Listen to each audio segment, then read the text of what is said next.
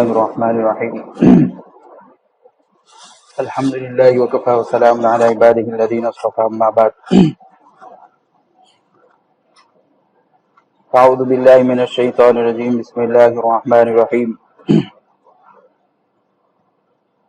ومن جاهد فإنما يجاهد لنفسه إن الله لغني عن العالمين صدق الله العظيم وقال رسول الله صلى الله عليه وسلم لكل قوم عيد وهذا عيدنا أو كما قال عليه الصلاة والسلام۔ اللہ تعالیٰ نے ہم سب کو یہ عید کا جو موقع دیا ہے یہ جنت کی یاد دہانی کراتا ہے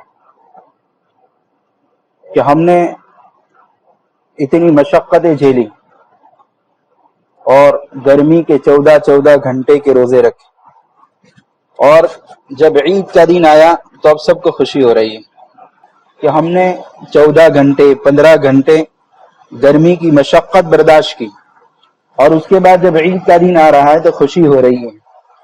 تو یہ ہمیں یاد دہانی کراتا ہے کہ جس طریقے سے آپ نے مشقت 1 مہینہ اٹھائی تو آپ کو عید کی خوشی ہو رہی ہے، اسی طرح اگر زندگی بھی جھوٹ کے مقابلے میں سچائی اور خیانت کے مقابلے میں امانت، حرام کی جگہ حلال، ماں باپ کی نافرمانی کی جگہ ماں باپ کی فرما برداری، لوگوں کو تکلیف دینے کے مقابلے میں لوگوں کو راحت پہنچانے کا جذبہ، لوگ ہمیں تکلیف دے ہم ان کو معاف کریں، لوگ رشتہ داریاں توڑ رہے ہوں ہم رشتہ داری جوڑ رہے ہو، لوگ ہمیں بدنام کر رہے ہوں ہم اس کو نیک نامی دے رہے ہو، اس کی جو مشقتیں ہوگی تو جب ہم اس کو نیک نامی دے رہے ہو، اس کی جو مشقتیں ہوگی تو جب موت کا دن آئے گا موت کا، اور جنت جو ملے گی وہ بہت بڑی خوشی کا دن ہوگا۔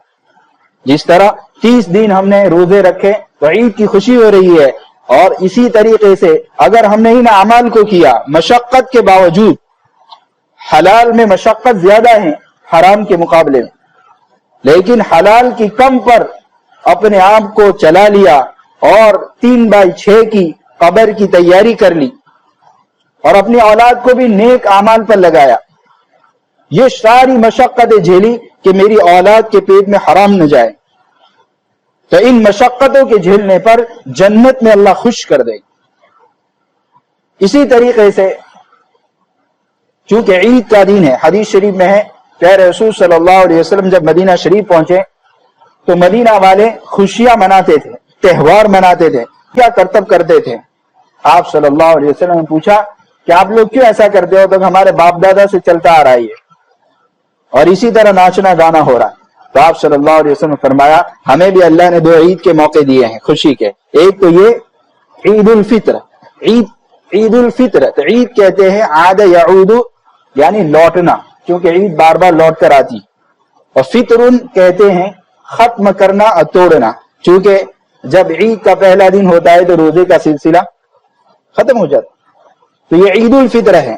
اسی لیے اس دن ہمارے 30 روزے میں کوئی کمی آ گئی ہو تو اس کے لیے صدقۃ الفطر بھی ہے۔ صدقۃ الفطر کے 2 مقصد ہیں، ایک تو روزوں میں کچھ کمی ہو گئی ہے، کوئی نہ کوئی کچھ بول دیتا ہے، کھانا پینا بیوی سے تو بچتا ہی ہے، لیکن کبھی زبان سے غیبت ہو گئی، کبھی زبان سے کچھ برا ہو گیا، تو اس کے لیے اللہ نے عید الفطر کے سے پہلے عید، اور آج جو ہے نا، آج ہم نے جو خوشی کو سمجھا ہے کہ عید کے دن خوشی کس کو کہتے ہیں، ہم ضرور خوشی کا اظہار کریں، کیونکہ شریعت نے 2 دن خوشی کے دیے ہیں۔ حدیث شریف میں آپ صلی اللہ علیہ وسلم فرمایا لکل قوم عید، ہر قوم کی عید ہوتی ہیں، اور ہماری عید یہ ہے خوشی کا دن ہے، دل سے بھی خوش ہوں اور کپڑے وغیرہ سے بھی خوشی منائیں، لیکن ایک بات یاد رکھیں کہ چونکہ ہم نے عید کو 4 چیزوں پر منحصر کر لیا ہے، اچھے کپڑے پہننا اور اچھا کھانا بنانا اور گھومنا اور گھر کو سجانا، اس کو ہم نے عید سمجھا ہے۔ تو کس نے اچھا کھانا، اچھے کپڑے، ہم ایک دوسرے کے کپڑے دیکھ کر خوش ہوتے ہیں، حالانکہ علی رضی اللہ تعالیٰ عنہ فرماتے ہیں کہ عید کا دن اس کا ہے جس کے 24 گھنٹے میں کوئی گناہ نہ ہو، عید کا دن تو اس کا ہے جس کی 24 گھنٹے میں کوئی نماز قضا نہ ہو، عید کا دن تو اس کا ہے جس کے 30 روزے کی کوئی قضا نہ ہو کوئی روزہ. یہ خوشی کا دن ہے. اسی لیے حدیث شریف میں ہے ابھی آواز لگ رہی ہے. حدیث شریف میں عید کا جب دن ہوتا ہے نا تو فرشتے گلیوں میں یہاں بھی وہاں بھی کھڑے ہیں, یہاں بھی کھڑے ہیں, دکھتے نہیں ہیں. جمال پور میں ادھر بھی کھڑے ہیں ادھر بھی کھڑے ہیں, اور پورے گاؤں میں فرشتے گلیوں میں کھڑے ہیں اور آواز دے رہے ہیں جس کو جنات اور انسان کے علاوہ سب سنتے ہیں کہ اے اللہ کے بندوں, اللہ کی بارگاہ کی طرف, عیدگاہ کی طرف جہاں نماز ہو رہی وہاں چلو. یہ آواز دیتے ہیں اس کریم اللہ کی درگاہ کی طرف اور دربار کی طرف چلو. یہ آواز فرشتے لگاتے عید کے دن. پھر اللہ تعالیٰ پوچھتے ہیں فرشتوں سے, بولو اس مزدور کی کیا مزدوری ہوگی جس نے مزدوری پوری کر لی ہو, کام پورا کر لیا ہو. تو اللہ تعالیٰ پھر آواز دیتے ہیں کر لیا ہو. تو اللہ تعالیٰ پھر آواز دیتے ہیں لیکن مزدور ہے نا, مزدور جتنی مزدوری کرتا ہے اتنی تنخواہ ملتی ہے. ہاں, یہ مزدوری اس کو ہوگی جس نے 30 روزے رکھے ہیں, ہاں, اور جس نے تراویح میں تھکایا اپنے آپ کو. تو جو جتنی مزدوری کی ہوگی, تلاوت میں لگایا ہوگا, تسبیحات میں لگایا ہوگا, اس کے بقدر تنخواہ ملتی ہے. تو اللہ تعالیٰ اعلان کرتے ہیں کہ تراویح کے بدلے میں اور مشقت والے روزے کے مقابلے میں آج ان کو 2 پروانے دیتے ہیں. تو اصل خوشی تو یہ ہے. کون سا 2؟ ایک تو ان کی مغفرت کا, کیا آج ان کی مغفرت اور بہت بڑا انعام ہے. اصل تو یہ شکر ہے اللہ کا کہ اللہ روزے کے مقابلے ہمیں معاف کر دیتے ہیں. دوسرا, آج میں تم سے راضی ہو گیا. تو آج رضا کا پروانہ, اصل خوشی کا دن یہ ہے کہ آج ہماری اللہ مغفرت کرے. آج اللہ ہم سے راضی ہو رہا ہے کیونکہ 30 روزے مشقتیں اٹھا کر رکھیں. پھر تیسرا اعلان ہوتا ہے, ابھی نماز کے بعد بھی دعا ہوگی, نماز کے بعد دعا ہوگی. تو اس میں ہے کہ آج جو مانگو گے وہ ملے گا, لیکن دنیا مانگو گے تو مصلحت دیکھوں گا. کیا دیکھوں گا؟ ہاں, کیا مصلحت دیکھیں گے؟ اگر اس کو زیادہ دے دیا گا تو مسجد بھی چھوڑ دے گا, تو اللہ تعالیٰ اس کو برابر تھوڑا ہی دیتے ہیں کہ بھائی اتنا برابر ہے تمہارا. اور اللہ تعالیٰ دیکھتے ہیں نا اس کو زیادہ دیں گے نا تو زکات بھی دے گا اور لوگوں کی خوب مدد کرے گا, تو اس کا بڑھا دیتے ہیں کہ چلو اس کو دینے میں نماز نہیں چھوڑے گا, یہ بلکہ خرچہ بڑھا دے گا, غریبوں پر, یتیموں پر یہ خرچہ بڑھائے گا.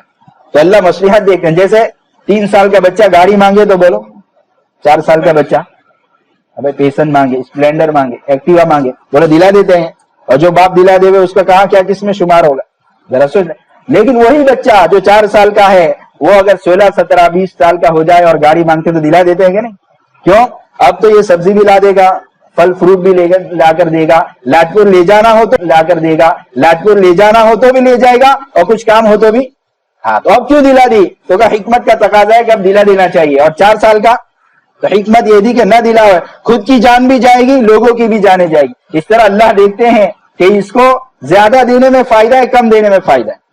تو اللہ دنیا مانگو گے تو مصلحت دیکھے گا, آخرت مانگو گے جو مانگو گے وہ دے دے گا. اللہ سے کہ اللہ تقویٰ دے دے, تو اللہ یوں نہیں کہا تقویٰ دیں گے تو بگڑ جائے گا نا, یہ تو گناہوں سے زیادہ بچے گا. اے اللہ 5 وقت کی نماز کا اہتمام دے دے تو بگڑنے کا خطرہ نہیں. اے اللہ موت تک حلال کمائی, اے اللہ حرام سے بچا, تو اللہ تعالیٰ موت تک انشاءاللہ حرام سے بچائے گا. منہ میں لقمہ حرام کا نہیں جائے گا, بلکہ گلے سے ہی نہیں اترے گا انشاءاللہ. مانگو گے تو, ورنہ آج تو پوری دنیا حرام کھلانے پر تلی ہوئی ہے. اس نے آج مانگا اے اللہ مجھے ماں باپ کا فرما بردار بنا, تو یہ نہیں کہ ماں باپ کی فرما برداری سے بگڑ جائے گا. جو آخرت کے بارے میں مانگو گے اللہ آج دے دیں گے, اور دنیا کے مقابلے میں مانگو گے, دنیا مانگو گے تو مصلحت دیکھیں گے. جو میں نے سمجھایا کہ زیادہ دیے تو بہت سارے مسجدیں بھول جاتے ہیں, ارے بلکہ چالیں بدل ڈالتے ہیں. ہاں بھائی, گاڑی پر بھی ذرا سائڈ پر بیٹھتے ہیں, ٹیڑھا بیٹھتے ہیں, سمجھ میں آئے گا نہیں؟ ہاں, تو پتا چل جاتا ہے کہ کچھ بکا ہے, اس کا کچھ پیسے آئے ہوئے ہیں. پہلے 2 ہاتھ سے مسافہ کرتا تھا, 1 ہاتھ سے مسافہ کرتا ہے, سمجھ میں آئے گا نہیں؟ ہاں, اور اسی طرح لوگ یہاں سے سگریٹ پیتے ہیں, پھر وہ یہاں سے پیتا ہے, سمجھ میں آئے گا نہیں؟ یعنی پیسے اس کو ٹیڑھا بنا دیتے ہیں, سیدھا نہیں کرتے ہیں. تو یہ پیسے تو آتے ہیں تو گاڑی پر بھی ٹیڑھے بیٹھتے ہیں. بہت ساروں کو دیکھا, میں یہاں کسی کو تارا نہیں مار رہا ہوں, نہیں تو کوئی بات, کیونکہ ہمارے یہاں دماغوں کا بہت ڈر لگتا ہے. اور میں اسی بار بار بولتا ہوں کہ جو آدمی یہاں بیٹھ کر کسی کو بے عزت کرے, چاہے کسی خاندان کو یا کسی فرد کو, اس کو یہاں بیٹھنے کی بھی اجازت نہیں. ہاں, یہ بات یاد رکھیے کہ کسی کو ذلیل کرنا حرام ہے. تو ہم کو کیا مجال ہے یہاں بیٹھ کر ہم کسی کی بے عزتی کریں. لیکن چونکہ جو بات قرآن حدیث کی وہ کہتے ہیں تو صحیح کر لے, کیونکہ گولی کڑوی ہوتی ہے, دوا کڑوی ہوتی ہے, لیکن جب اپنی جگہ پر جاتی ہے نا تو سر کا درد بھی اچھا کرتی ہے.